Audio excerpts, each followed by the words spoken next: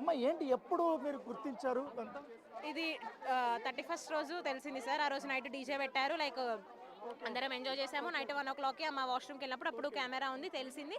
Next day వార్డెన్కి చెప్తే వాళ్ళు ఏమీ పట్టించుకోలేదు. అవి అలానే వస్తాయి, సూసైడ్ చేసుకుంటారు, వాళ్ళు సూసైడ్ చేసుకుంటారు, వాళ్ళ లైఫ్ స్పాయిల్ అవుతుంది అంటే మా లైఫ్ స్పాయిల్ అవ్వదా?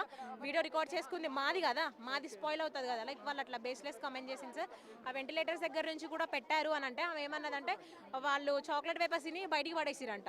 ఎట్లా పడేస్తాం సార్? మాకు డస్ట్బిన్స్ లేవా పడేయడానికి? మేము చాక్లెట్ వేపర్స్ని వాష్రూమ్ దక్కి పైన వెంటిలేటర్లో పడేస్తామా సార్? ఇదేమన్నా ఉందా సార్ దీనికి?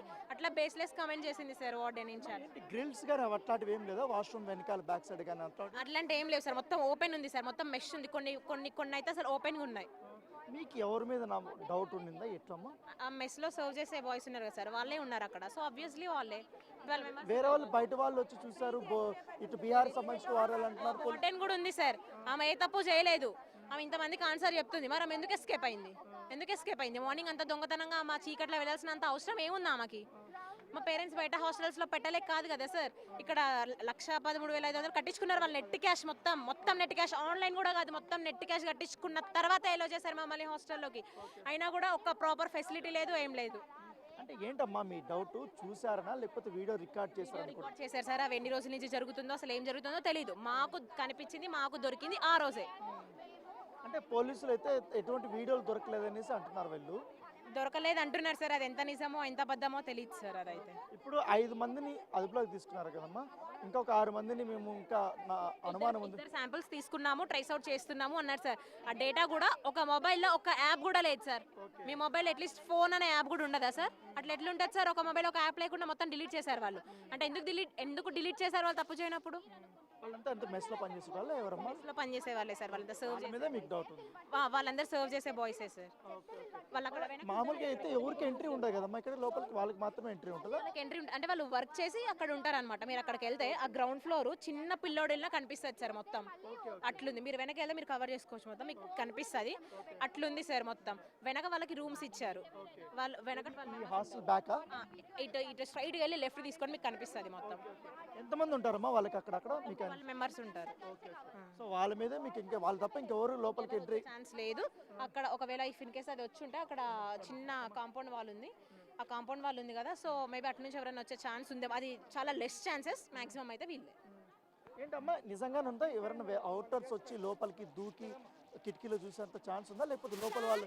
100% ఉంది. అసలు ఇంత వైపు నేను ఇంత హైట్ ఉన్నా చూస్తారు. ఇంకా బాయ్స్ ఎంత హైట్ ఉండరు అక్కడ నుంచి అయితే కన్ఫర్మ్ కనబడుతుంది.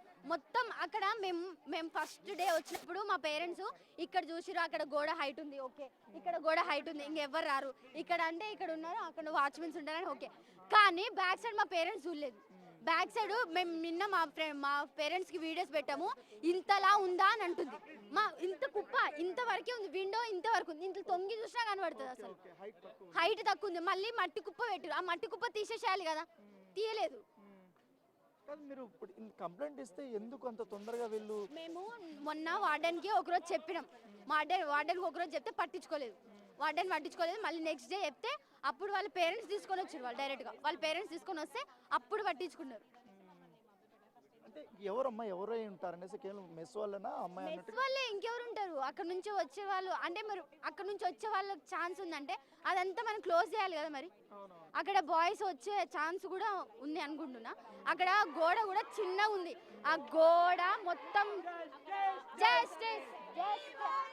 ఓకే. సో ఏబీవీపీకి చెందినటువంటి విద్యార్థులు కానీ ఇప్పుడు మనం హాస్టల్ విద్యార్థులతో కూడా మాట్లాడాం కాబట్టి వీళ్ళందరూ కూడా ఇక్కడ గ్యాదర్ అయ్యి వీ వాంట్ జస్టిస్ అంటూ కూడా వీళ్ళందరూ కూడా మాస్కులు వేసుకుని ఇక్కడ వీళ్ళు నినాదాలు చేస్తున్నారు. ఎందుకంటే బయటంతా ఈ హాస్టల్ బట్టి గోడలు ఉన్నాయంటే గోడల వెనకాలంతా కూడా చాలా ఈజీగా లోపలికి రావడానికి ఉంది. ఎందుకంటే గతంలో కూడా మేము ఇట్లాంటి సంఘటనలు జరుగుతున్న ఉద్దేశంతో కూడా మేము ఫిర్యాదులు చేసాం. ఎవరు మమ్మల్ని పట్టించుకోలేదనేసి కూడా వారు విద్యార్థులను ఆందోళన వ్యక్తం చేస్తున్నారు. ఎందుకంటే 31st నైట్ సెలబ్రేషన్స్ అయిపోయిన తర్వాత ఆ రోజు 1 గంట ప్రాంతంలో ఒక విద్యార్థిని వెళ్ళి అక్కడ వేలిముద్రలు అవన్నీ చూసిన తర్వాత ఇక్కడ ఎవరో తచ్చాడుతున్నారు, ఎవరో ఇక్కడ వాచ్ చేస్తున్నారు అనేది కూడా డౌట్ వచ్చింది. ఇక్కడ వీడియోలు కూడా తీసుకుంటారని కూడా డౌట్ వచ్చింది. వెంటనే విద్యార్థులందరూ కూడా వార్డెన్ చెప్తే ఆ రోజంతా వార్డెన్ పట్టించుకోకపోగా ఎప్పుడైతే పేరెంట్స్ ఇన్ఫార్మ్ చేసి వాళ్ళని బయటకు తీసుకొచ్చారో వాళ్ళని ఇక్కడ తీసుకొచ్చారు. అప్పుడు ఆందోళన వ్యక్తం చేశారు.